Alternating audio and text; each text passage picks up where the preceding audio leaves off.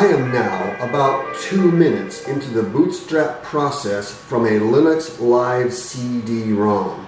And in my experience, most of these Linux Live boot up situations know or anticipate they'll be relying on keyboard keystrokes for some future steps, and they need to know what kind of keyboard I've got.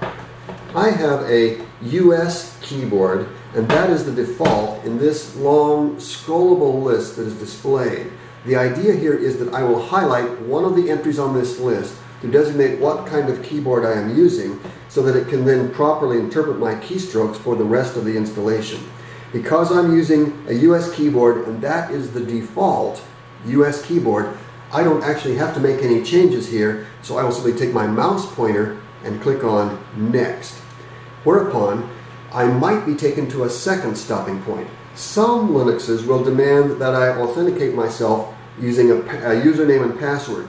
In this case, I'm using PC Linux OS, and they actually bypass that step. They won't demand that I enter my username and password. It's going to do that for me, but it will inform me of what my temporary username and password is so I can continue to use it should I need to make changes. I happen to know from experience that it's going to assign me the username of guest with the password of guest, with an option of switching to the username of root with a password of root. And that'll be displayed right here soon. This is my desktop. It says username and password for the live CD, name guest, pass guest, name root, pass root.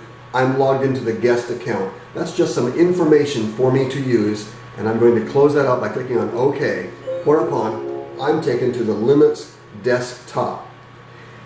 As a general rule, when bootstrapping from a Linux Live CD, you're going to see a process very much like that, whether you're using Ubuntu or PC Linux OS or any of the other popular Linux Live distributions. It's not difficult as a general rule to get to this desktop within 2 or 3 minutes as your computer goes through its boot up process and gets everything initialized.